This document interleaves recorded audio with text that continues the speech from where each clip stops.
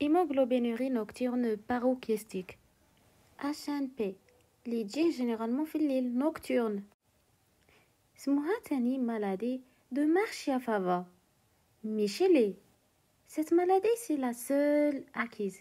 C'est la seule anémie corpusculaire acquise des cellules souches hématopoïétiques. Une anomalie في les cellules souches hématopoïétiques. هذوك les cellules souches, les cellules mères كاين فيهم anomalie. Elle est causée par une mutation génétique. Le gène بيغا. هاد الجين بيغا عند الانسان هادي واش هو لو رول تاعه؟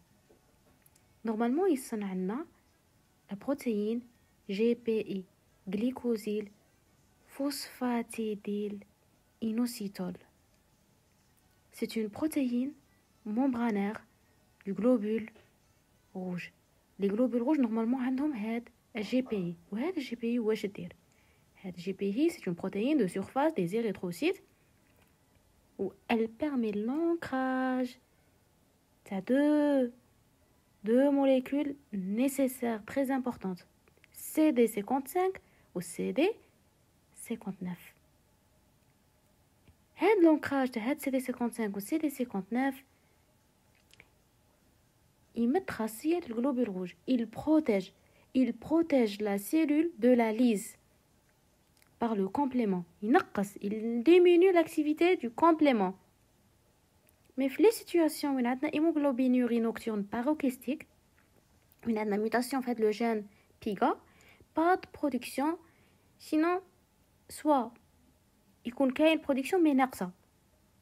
Donc soit absence, soit carence en GPI. Mais quand GPI, donc pas d'ancrage CD55, pas d'ancrage de CD59. Et le globule rouge, il devient plus sensible à l'activité du complément. Ou la lyse intravasculaire par le complément. Il y a des situations qui vont activer le complément. Ou c'est le seul hémolyse acquis. Ou c'est rare, ce n'est pas fréquent. Cliniquement, surtout la nuit, déjà c'est nocturne.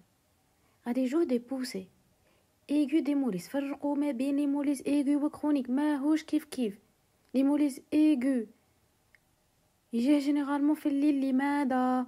parce que في la nuit le pH sanguin diminue, ce qui favorise l'hémolyse, ce qui active le complément et ça entraîne une anémie. Les signes d'hémolyse aiguë, anémie, hémoglobinurie, la présence d'hémoglobine dans les urines, les douleurs, ictères, douleurs abdominales, lombaires, douleurs abdominales et lombaires, splénomégalie, parfois rare. Je pense pas بزاف 50% دايرين في الكودكس مي يعقلوا على هاد لي 4 سين الاولى. parfois ماشي في الليل كاين autre facteur déclenchant comme le stress. Le stress peut déclencher les poussées d'hémolyse aiguë. Peut activer le complément, le stress, oui. Le stress active le complément. En plus de stress. Voyons les autres facteurs. Il y a les infections. L'infection active le complément. La vaccination. La chirurgie. Ou là, un effort physique. Ou l'autre facteur favorisant, un facteur qui entraîne un stress. Voilà pour les poussées d'hémolyse aiguë. Les complications. Ça peut entraîner une aplasie médulaire. Ça peut entraîner une susceptibilité aux infections. Ça peut entraîner même des occlusions, des thromboses veineuses, qui met par exemple le syndrome de Budd-Chiari, les veines hépatiques, obstruction des veines hépatiques, et même une leucémie aiguë myéloïde comme complication. Parce qu'il y a un risque thrombotique il est élevé fait la maladie.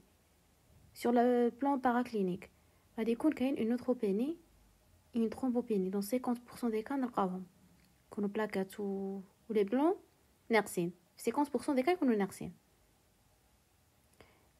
immunophénotypage هو qui pose le diagnostic. غادي نحوسوا على هذوك CD55 و CD59 في لا ممبران تاع الجلوبول روج ولا لوكوسيت. واش غادي نلقاو؟ نلقاو بلي كاين ان ديفيسيت في دوك لي بروتيين.